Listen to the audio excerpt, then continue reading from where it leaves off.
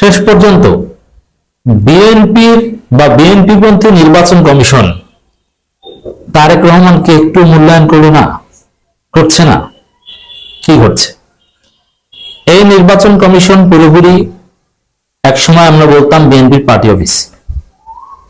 BNP যাদের নাম দিয়েছে তারাই নিয়োগ পেয়েছে, এসিসি বিএনপির লোক। কিন্তু ইতিহাস কতটা নিষ্ঠুর! এখন এই নির্বাচন কমিশন তারেক রহমানকে দাম দিচ্ছে না, তারেক রহমানের জন্য একটু অপেক্ষা করছে না, ইনিয়েও তারেক রহমানকে একটু মূল্যায়ন করতে পারছে না।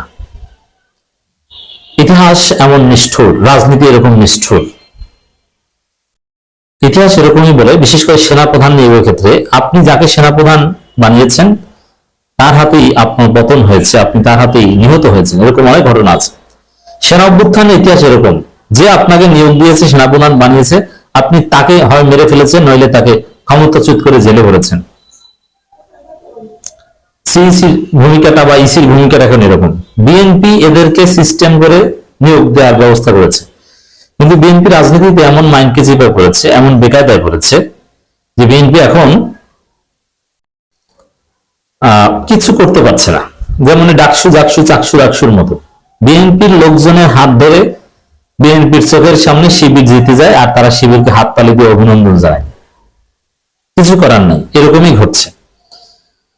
নির্বাচনের তফসিল ডিসেম্বরের দ্বিতীয় সপ্তাহে সিইসি, এর মধ্যে স্পষ্ট হয়ে গেল যে তারেক রহমান আসতে পারছেন না, তারেক রহমান আসছেন না। তাহলে কি দাঁড়ালো? যে নির্বাচন কমিশন সিইসি বা ইসি তারেক রহমানের জন্য একটু অপেক্ষা করলেন না। আপনি দেখতে পারতেন যে ডিসেম্বরের শেষে ঘোষণা করলে, ডিসেম্বরের শেষে ঘোষণা করলেও কিন্তু নির্ধারিত যে সময় ফেব্রুয়ারির মধ্যে বা রোজার আগে নির্বাচনটা করা যায়। তো তারেক রহমানের জন্য আর একটা মাস একটু অপেক্ষা করে দেখতেন যে ঠিক আছে, ডিসেম্বরের প্রথম সপ্তাহ বা দ্বিতীয় সপ্তাহ না করে আমরা শেষের দিকে করি। এই সময়ের মধ্যে যদি তারেক রহমান আসেন, সুযোগ দিই। না, তারেক রহমানের জন্য একটু অপেক্ষা করলেন, একটু মূল্যায়ন করলেন না। এটি হচ্ছে রাজনীতির নিষ্ঠুরতা। যে তারেক রহমানের লিস্ট থেকে নাসির সাহেব সিসি হয়েছেন বা ইত্যাদি ইত্যাদি, সে তারেক রহমানের জন্য অপেক্ষা করতে পারছেন না, ইউনূস অপেক্ষা করছে না। বাংলাদেশের রাজনীতির এবং নির্বাচন ট্রেন ছেড়ে যাচ্ছে তারেক রহমানকে বাদ দিয়ে। বাংলাদেশের রাজনীতির দৃশ্যপট থেকে তারেক রহমান হারিয়ে যাচ্ছেন। তারেক রহমান এক ব্যর্থ সন্তান, এক ব্যর্থ নেতা, এক হতভাগা সন্তান। শেষ সময় মায়ের পাশেও দাঁড়াতে পারছে না, তুমুল সম্ভাবনা জাগিয়েও নির্বাচনে জিততে পারছে না, প্রধানমন্ত্রী হতে তো দূরের কথা, দেশে আসতে পারছেন না, বাংলাদেশে ভোটার হতে পারলেন না। কি অবস্থা, কি হবে? তারেক রহমান বিহীন একটা নির্বাচন হতে যাচ্ছে, যে নির্বাচনে বিএনপির পরাজয় সময়ের ব্যাপার মাত্র। Very simple. তা নির্বাচন কমিশন কোন তালবাহানা করে কোনোভাবে তারেক রহমানের জন্য একটু অপেক্ষা করতে পারলেন না। নির্বাচনের তফসিল ডিসেম্বরের দ্বিতীয় সপ্তাহে সিইসি, অথচ ডিসেম্বরের দ্বিতীয় সপ্তাহে তারেক রহমান আসার কোনো সম্ভাবনা নেই। আর তফসিলের আগে না আসতে পারলে, তফসিলের আগে তো যদি এখনই যদি না আসতে পারেন, আগামী 1-2 দিনের মধ্যে যদি তারেক রহমান না আসতে পারেন এবং আসবেন না, এটা তো স্পষ্ট হয়ে গেছে।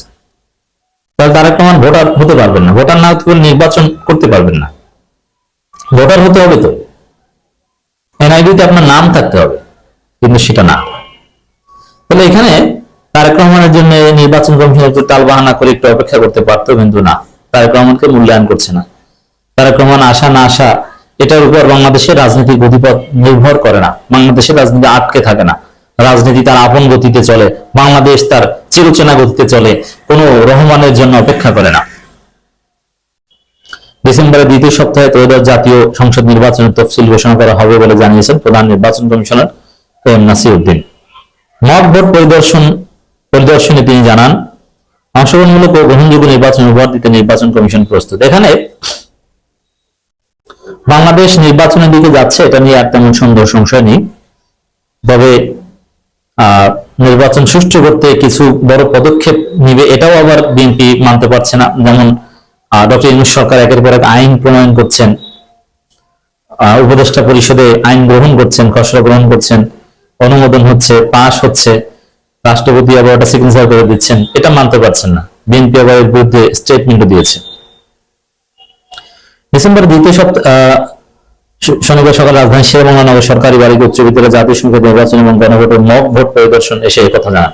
ইদানিং মক ভোট শব্দটা গণমাধ্যমে আলোচিত হচ্ছে, নির্বাচন কমিশন বলছে। আমাদের দর্শকরা অনেকে হয়তো বুঝেন না যে মক ভোট কি। মক ভোট হচ্ছে একটা পরীক্ষামূলক ভোট, আসল ভোটের একটা মহড়া, রিহার্সালের মতো, যে এইরকম হবে। ওই যে আপনারা কিছু ভিডিও দেখেছেন না, ওটা মক ভোটের একটা প্র্যাকটিস। যে বিজেপি কিভাবে লাঠিচার্জ করছে, সাংবাদিকরা কিভাবে নিউজ কভার করছে, মানে মূল ভোটের আগে একটা পরীক্ষামূলক এক্সপেরিমেন্ট, যে এইভাবে হবে। এটা এর মাধ্যমে নির্বাচন কর্মকর্তাদের ট্রেনিং হয়, জনগণের মধ্যে উৎসাহ উদ্দীপনা বাড়ে। তো মক ভোট হচ্ছে ট্রেনিং বা এক্সপেরিমেন্ট, আশা করি বুঝাতে পেরেছি। সিসি বলেন, জাতীয় ভোট এবং গণভোট নিয়ে কমিশনের প্রস্তুতি আছে। ডিসেম্বর দ্বিতীয় সপ্তাহে নির্বাচনের তফসিল জানানো হবে। জাতিকে সুন্দর, অংশগ্রহণমূলক ও গ্রহণযোগ্য নির্বাচন উপহার দেওয়া যে অঙ্গীকার করেছি তা আমরা বাস্তবায়ন করবো। এখানে দেখেন, এই নির্বাচন কমিশন এখন মনে করছে যে পিঠ বাঁচাতে হলে সুষ্ঠু নির্বাচন দিতে হবে, বিএনপির দালালি করে কোনো লাভ নেই। মূলত ওই ইশরাককে মেয়র না বানাতে পারার মাধ্যমেই প্রমাণিত হয়েছে যে নিয়োগ যাদের লিস্ট থেকেই হোক, দালালি করলে ঠাঁই নেই। এখন মনে হচ্ছে যে নির্বাচন কমিশন কিছুটা ভালো হয়ে যাচ্ছে। ভালো হন, আরো ভালো হন, যতটুকু হয়েছে আরো ভালো হন সম্ভব। ওই জাহাঙ্গীরনগর ভিসির মতো খালেদা জিয়ার উপদেষ্টা তাতে কি ফেয়ার নির্বাচন উপহার দিয়েছেন। কিছু করার নাই, আপনাকে এভাবেই ফেয়ার নির্বাচন উপহার দিতে হবে। মক ভোট পরিদর্শন করে সিইসি বলেন, মক ভোটিং এর ফলাফলের উপর ভিত্তি করে কেন্দ্রের সংখ্যা বাড়ানো লাগবে কিনা, কোথাও সমন্বয়ের প্রয়োজন কিনা, ভোট কক্ষ জনবল বাড়বে কিনা, এসব বিষয়ে সিদ্ধান্ত নিয়েছি। গণভোট প্রসঙ্গে সিইসি বলেন, গণভোটে 4টি প্রশ্ন থাকলেও ভোট হবে কেবল হ্যাঁ বা না এই ভিত্তিতে। কারণ এটা নিয়ে কিন্তু তারেক রহমান বিএনপির আপত্তি। আইন অনুযায়ী প্রশ্নগুলো একসঙ্গে বান্ডেল করা হয়েছে এবং পৃথক অপশন নেই, বা সম্পূর্ণরূপে রাজনৈতিক সিদ্ধান্ত নির্ধারিত হয়েছে। তারেক রহমানের আলু পেঁয়াজ আর টিকলো না, আলু পেঁয়াজ পচে গেছে, গণভোট হচ্ছে। তবে এটা কৃষকের, জনগণের আলু পেঁয়াজ পচে নাই, বিএনপি এবং তারেক রহমানের আলু পেঁয়াজ পচে গেছে। সংরক্ষণ ইউজ তৈরি করেনি, কিন্তু কৃষকের সংরক্ষণ হচ্ছে, তারেক রহমানের সংরক্ষণ হয়নি। এগুলো থেকে স্পষ্ট বোঝা যায় যে এর আগে সরকারের সিদ্ধান্ত যে নির্বাচনের জন্য সরকার প্রস্তুত, ডিসেম্বরের দ্বিতীয় সপ্তাহে তফসিল। এখন সিইসি নিজেও বলে দিয়েছেন, দিন যত যাচ্ছে, সময় যত গড়াচ্ছে, দিবালোকে স্পষ্ট হচ্ছে তারেক রহমানকে বাদ দিয়ে নতুন বাংলাদেশ কায়েম হচ্ছে। তারেক রহমান লন্ডনেই থাকছেন, বাংলাদেশে তারেক রহমান বাংলাদেশের রাজনীতি দৃশ্যপট থেকে ধীরে ধীরে হারিয়ে যাচ্ছেন। বিএনপি নেতা তারেক রহমানের বস জনাব ফজলুর রহমানের আসনে জামাত জিতবে, এটা একটা সুখবর। এবং বিএনপির একাংশ নিজেরাই জামাতকে জিতিয়ে দিবে, এটা ফজলুর রহমানের আসনেই শুধু নয়, দেশব্যাপী। কারণ তারেক রহমানের যে বস এই ফজলুর রহমান, তিনি যেভাবে নিজেকে জনগণের সামনে প্রেজেন্ট করছেন, যেভাবে কথাবার্তা বলছেন, বিএনপিকে পরাজিত করার জন্য আত্মঘাতী গোল হাত দিয়ে নিজের কোর্টে নিজে গোল দেওয়ার জন্য আপাতত আমি 2 জন লোককে দেখছি। এই 2 জন লোক যদি বিএনপির সাথে লেগে থাকে, তাহলে জামাতের চেষ্টা তেমন কিছু দরকার নাই, তারা নিজেরাই আত্মঘাতী গোল দিয়ে জামাতকে জিতিয়ে দেবে। একজন হচ্ছে এই ফজু পাগলা। ফজু পাগলা যে টাইপের ব্যক্তিত্বহীন, থার্ড ক্লাস, ইতর শ্রেণীর কথাবার্তা বলছে, এটা খুব সহজে জামাতকে জিতিয়ে দিবে। এবং ফজু পাগলার নিজের আসনে জামাতের ভূমিধস বিজয় হবে এবং ফজু পাগলার জামানত বাজেয়াপ্ত হবে, লিখে রাখেন। আর বিএনপির লোকজনই এর প্রতি বিরক্ত, লজ্জিত। তরুণ প্রজন্ম, তরুণ ছাত্রদল নেতারা পারলে একে জুতা পিটা করে, এই অবস্থা। তারেক রহমান এই ফজু পাগলাকে বস পেয়েছেন, তারেক রহমানের অনেক মনের কথা এই ফজু পাগলার মাধ্যমে বলান, এটা তারেক রহমান কি ডুবাবে। যদিও এরই মধ্যে খবর বেরিয়েছে যে রাজনীতি থেকে তারেক রহমানকে মাইনাস করার চেষ্টা করা হচ্ছে, বিএনপির নেতৃত্ব থেকে বিদেশে বসে এই চেষ্টা চলছে। এটা বিবিসি একটা রিপোর্টে উঠে এসেছে সজীব ওয়াজেদ জয়ের বক্তব্যের সূত্র ধরে।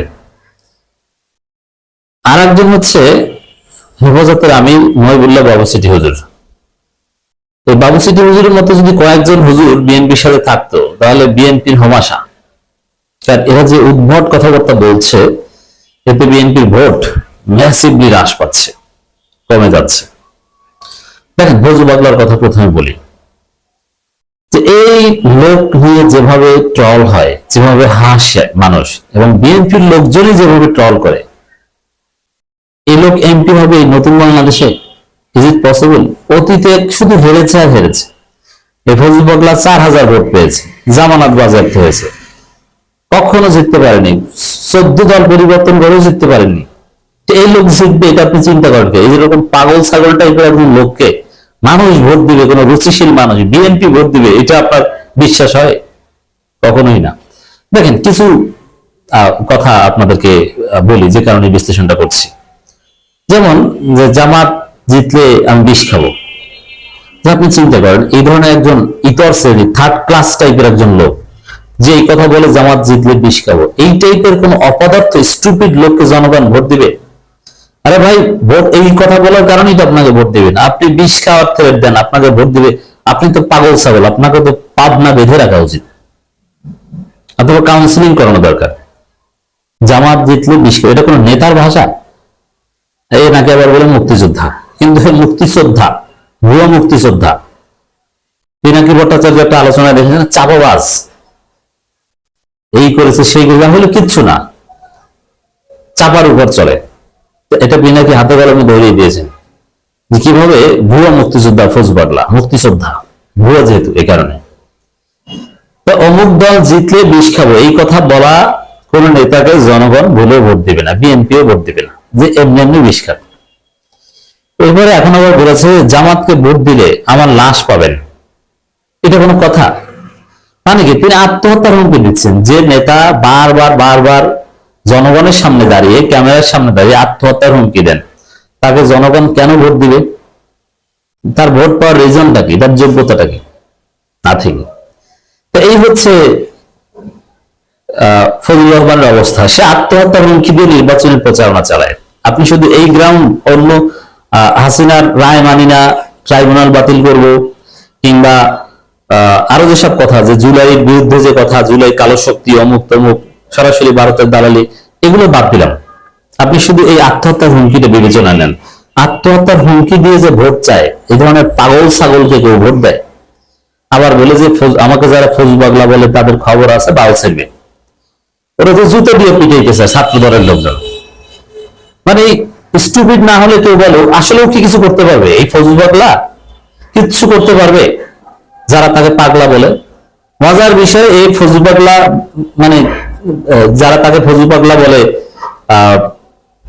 তাদেরকে থ্রেট দেয়, ওইটা আবার গণমাধ্যমে লেখে, সব হারিয়ে তার মানুষ সবাই কমেন্ট করে ফজলু পাগলা, ফজলু পাগলা। তুই পাগলা, তোর বাপ পাগলা, তোর 14 গোষ্ঠী পাগলা, তুই কি করবি? কার কিচ্ছু করতে পারবে? ছাত্র দলের লোকজন ফজলু পাগলা বলছে, স্পষ্ট ভাবে ছাত্র দলের লোকজন বলেছিল ওয়ান্স আওয়ামী লীগ অলওয়েজ আওয়ামী লীগ। একে আমরা ওন করি না? তারেক রহমান একে আব্বা মেনে বসে আছে, চিন্তা করছে, বস মেনে বসে আছে। এই ফজলু পাগলার যে আচার আচরণ, এই আচার আচরণের কারণে তার আসলে ধানের শীষ ডুববে। মানে বিষয়টা হচ্ছে যে নৌকায় ধান উঠিয়েছেন ফজলু পাগলা, কিন্তু সমস্যা হচ্ছে যে সেই নৌকা হচ্ছে ছোট নৌকা, ডিঙ্গি নৌকা, আর ছোট নৌকার মাঝখানে পাগল উঠে নাচানাচি শুরু করেছে, যে পাগলের নাচানাচিতে নৌকা সহ ধান ডুবে যাবে। ফজলু পাগলার বৈশিষ্ট্য এখন ওই রকমের, তিনি নৌকাও ডুবাচ্ছেন, ধানও ডুবাচ্ছেন। আর এই ফজলু পাগলাদের কারণে দেশব্যাপী বিএনপি জয় বাংলা হবে, বিএনপি ধরা খাবে, এটা আপনি নিঃসন্দেহে ধরে নিতে পারেন। তারেক রহমান ফজলু পাগলাকে নিয়ে আবার কি সিদ্ধান্ত নেবেন? তারেক রহমান নিজেই তো রাজনীতি থেকে মাইনাস হয়ে যাচ্ছেন, দেশে আসতে পারছেন না, তার নিজেরই তো রাজনীতি নাই। তারেক রহমান কি বাংলাদেশের ভোটার, বাংলাদেশের নাগরিক? তার এনআইডি কার্ড দেখাক, পারলে তার নাম্বার কত বলুক, আপলোড দিক, পারবেন না। তার পাসপোর্ট আছে? তো যে লোক বাংলাদেশের ভোটার না, এমনকি যদি আদালতে কেউ চ্যালেঞ্জ করে, রিট করে যে তারেক রহমানকে কেন বিএনপি ভারপ্রাপ্ত চেয়ারম্যান পদে অবৈধ ঘোষণা করা হবে না, জানতেছে রুল। এটা অসম্ভব নয়। এই আবেদন করে রিট করবে, দেখবেন যে এটা হয়ে যেতে পারে। কারণ যার বাংলাদেশের এনআইডি কার্ড নাই, কথিত আছে বা আমরা ধারণা করছি যে হাসিনা জোর করে তারেক রহমানকে ধরে আনতে চেয়েছিলেন একবার লন্ডন থেকে, অনেক চেষ্টা করেছিলেন, এমন আনতে পারলে তো ফাঁসি দিত 21 আগস্ট গ্রেনেড হামলা মামলায়। সেই ভয়ে তারেক রহমান ব্রিটিশ নাগরিকত্ব নিয়েছিলেন। যদি এটা সত্য হয়ে থাকে তাহলে তো কোর্ট তাকে বাংলাদেশের একটা রাজনৈতিক দলের প্রধান, ভারপ্রাপ্ত প্রধান হিসেবে অযোগ্য ঘোষণা করতে পারে, যে না, তিনি দায়িত্ব নিতে পারবেন না।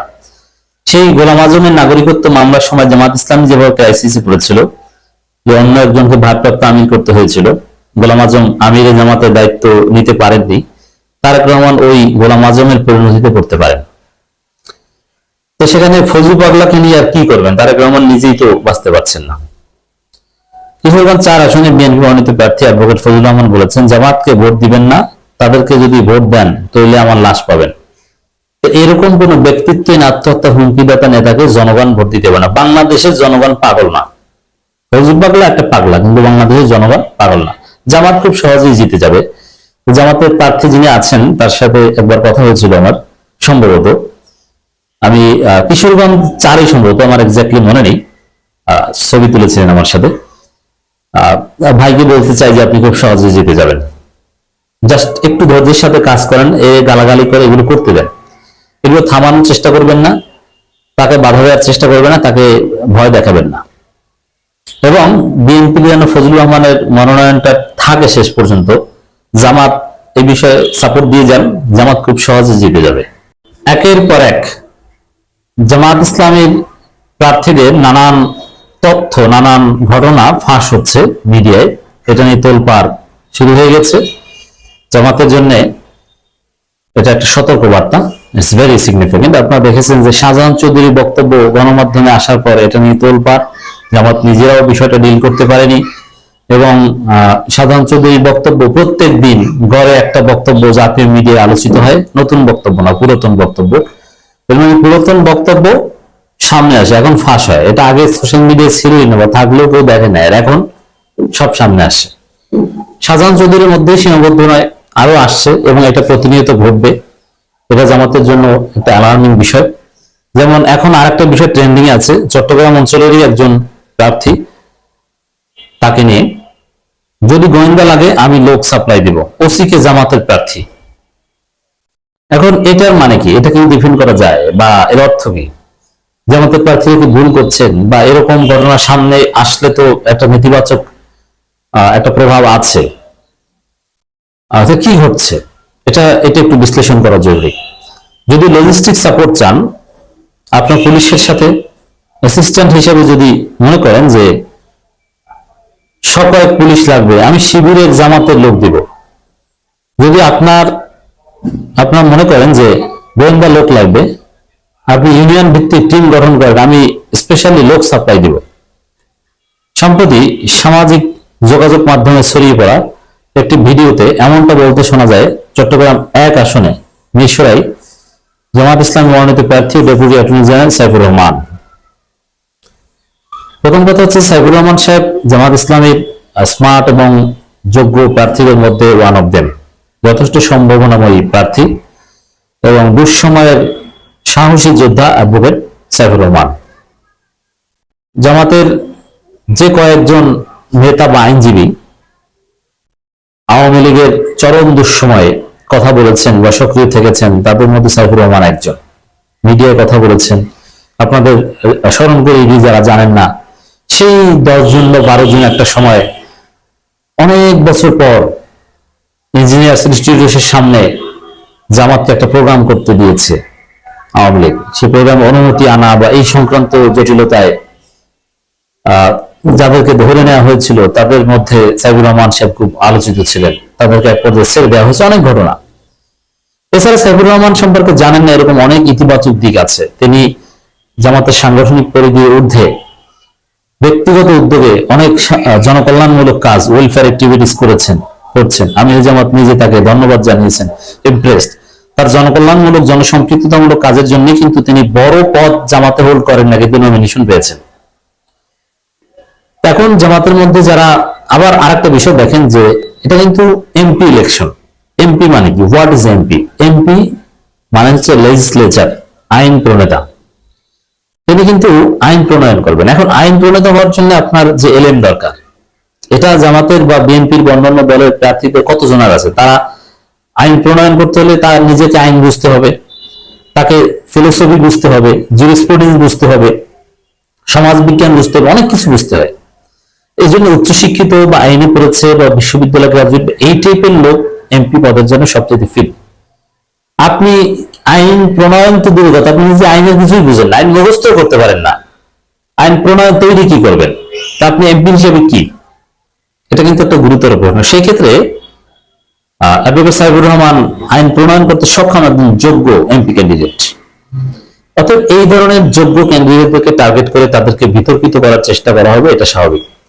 এই জন্য দেখবেন যে জামাতের মধ্যে যে যত যোগ্য, তাকে নিয়ে নেতিবাচক প্রচারণা বেশি হবে, আর যে যত কম যোগ্য, যে বিজয়ী হওয়ার সম্ভাবনা যত কম, তাকে নিয়ে নেতিবাচক প্রচারণা কম হবে, আর যে যত যোগ্য তাকে নিয়ে বেশি হবে। এটা হচ্ছে বাস্তবতা। সাইফুর রহমান সাহেব অত্যন্ত স্মার্ট এবং যোগ্য প্রার্থী, কোনো সন্দেহ নেই, কিন্তু তাকে নিয়ে আলাপ আলোচনা শুরু হয়েছে। এখন আসেন, এই কথাটা আসলে তিনি আহামরি কোনো ভুল করে ফেলেছেন কিনা। দেখেন, প্রথম কথা হচ্ছে যে আপনি যদি শিরোনামটা দেখলে বা সবাই এটাকে নেতিবাচক ভাবে দেখছে, কিন্তু আসলে কি নেতিবাচক? একটু নিজের কাছে নিজে প্রশ্ন করেন, এখানে ভুল কি বলেছে? এটা তো কেউ ক্ষতি দেখেন না। মানে এমন ভাবে বিষয়টা আমরা সামনে আনছি যে ফাঁস হয়েছে, তার একটা আলাপ, ওসির সাথে আলাপ ফাঁস হয়েছে, এটা মনে হয় খারাপ কিছু।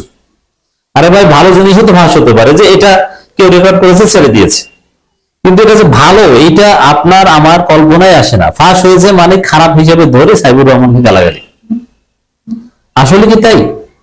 না, একটু দেখেন, আমি আবার একটু লাইন মিলিয়ে আপনাদের দেখাই এখানে ভুলটা কি। যদি লজিস্টিক সাপোর্ট চান আপনার পুলিশের সাথে অ্যাসিস্ট্যান্ট হিসেবে, আমি যদি আপনি যদি মনে করেন যে সহকারী পুলিশ লাগবে, আমি শিবির জামাতের লোক দিব। আচ্ছা, এটা অবৈধ কথা? কখনোই না। সাপোজ আপনি জানেন যে আপনি যদি পুলিশ আইন বা পুলিশের কার্যপ্রণালী, বিধি, কর্মপদ্ধতি দেখেন, তাদের এজেন্ট থাকে, তারা জনগণের সহায়তা চায় এবং পুলিশ বলে যে আমাদেরকে সহযোগিতা করুন, অপরাধ দমনে আমাদেরকে তথ্য দিয়ে হেল্প করেন, আমাদের পাশে থাকেন। এটা বলে না? কমিউনিটি পুলিশিং, অনেক কিছু আছে আপনারা জানেন। তো সেক্ষেত্রে সাইফুর রহমান সাহেব তার অফিসে, ওসির অফিসে বসে কথা বলেছেন, কেউ রেকর্ড করেছে, হয়তো এখন এটা ছেড়ে দিয়েছে। এমন তো না যে তাকে গোপন কোন জায়গা নিয়ে বসে গোপন প্রস্তাব দিয়েছে, এখানে গোপন খারাপ কিচ্ছু না ভাই, সিম্পল কথা। লজিস্টিক সাপোর্ট পুলিশের সক্ষমতার অভাব থাকলে জনগণের কাছ থেকে নিতে পারে না। এখানে সাইফুর রহমান বলেছেন যে বিএনপিকে পেটাবেন আর আমাদেরকে জিতিয়ে দিবেন, ভোট চুরি করতে সহায়তা করবেন, আর চুরি করতে আমি লোক সাপ্লাই দেবো, এরকম কিছু বলেছে না। যদি লজিস্টিক সাপোর্ট চান আপনারা পুলিশের সাথে অ্যাসিস্ট্যান্ট হিসেবে, যদি লোকজন জনগণের সমর্থন দরকার হয়, আমরা আছি, আমরা দেবো। জামাত ইসলামী পুলিশকে সহযোগিতা করতে প্রস্তুত। আপনারা অপরাধ দমন করেন, সত্যের পক্ষে থাকেন, ন্যায়ের পক্ষে থাকেন, আর অন্যায়ের বিরুদ্ধে পদক্ষেপ নিতে যদি আপনাদের দুর্বলতা থাকে, আমরা আমাদের দলের লোকজনকে আপনাদেরকে সহযোগী হিসেবে দিব। এটা খারাপ বিষয়। এই যে এজেন্ট নিয়োগ করে বা জনগণের সহায়তা চায়, ওই সহায়তা করার প্রস্তাবটা এখানে দিয়েছেন আপনি। এখানে খারাপ বা অবৈধ কি দেখলেন? আর অবৈধ কথা বলে সাইবুর রহমান এভাবে অফিসে বসে প্রকাশ্যে বলতেন, এবং এটা ভিডিও করছে কিনা এটা কি চেক করে নিতেন না? মানে এখানে খারাপ কিছু, গোপন কিছু না, জাস্ট বিষয়টা সামনে এসেছে, হয়তো এটা নিয়ে বিব্রত হওয়ার কিছু নেই। যদি আপনারা মনে করেন যে গোয়েন্দা লোক লাগবে, আপনি ইউনিয়ন ভিত্তিক টিম গঠন করেন, এটা তো পুলিশের একটা সিস্টেম। তারা ওই যে বললাম এজেন্ট, সোর্স নিয়োগ করে, সোর্স, ওই সোর্স নিয়োগ, ওইটাই তো গোয়েন্দা। যে আপনাদের সোর্স মধ্যে আগে যারা ছিল, আগে তো ছিল আওয়ামী লীগ, সব পালিয়েছে, এখন নতুন ভাবে সোর্স গঠন করেন। সোর্স বুঝেন, যারা পুলিশ তারা সবাই জানে, আমাদের লোকজন হেল্প করবে। আপনি ওয়ারেন্ট মুক্ত আসামি ধরতে যাবেন, আমাদের লোকজন আপনাকে তথ্য দিয়ে হেল্প করবে। এটি তো সুনাগরিকের বৈশিষ্ট্য, পুলিশকে হেল্প করবে, এখানে খারাপ কিছু না। আমি স্পেশালি লোক সাপ্লাই দিব, তার মানে সোর্স দিব যে আপনার সাথে কোঅপারেশনের ভিত্তিতে কাজ করবে। সাইবুর রহমান সাহেব এখানে কোনো ভুল করেননি। খোঁজ নিয়ে জানা গেছে ভিডিওটি গত 20 নভেম্বর বিকেলে মিরসরাই থানা থেকে ধারণ করা হয়েছে। সম্প্রতি সময় মিরসরাই এলাকায় বেড়েছে ডাকাতির ঘটনা। তাহলে কি বোঝা গেল? যে ডাকাতি এগুলো বা অপরাধ দমনে যদি সোর্স দরকার হয়, যে ডাকাত কোন জায়গায় কি, আমাদের লোকজন আপনাদেরকে হেল্প করবে। সাইফুর রহমান সাহেব এখানে কোনো অন্যায় কিছু বলেননি, খারাপ কিছু বলেননি, বরং তার দীর্ঘ আলোচনা জোড়াতালি দিয়ে কাটছাট করে তাকে বিতর্কিত করার চেষ্টা করা হচ্ছে, যেহেতু তিনি হেভিওয়েট এবং যোগ্য ক্যান্ডিডেট। তো এই জন্য জামাত নায়কের কথাবার্তা বলার ক্ষেত্রে সতর্ক থাকতে হবে, এটা যেরকম সত্য, আর তারা ষড়যন্ত্রের শিকার হবেন এটাও সত্য।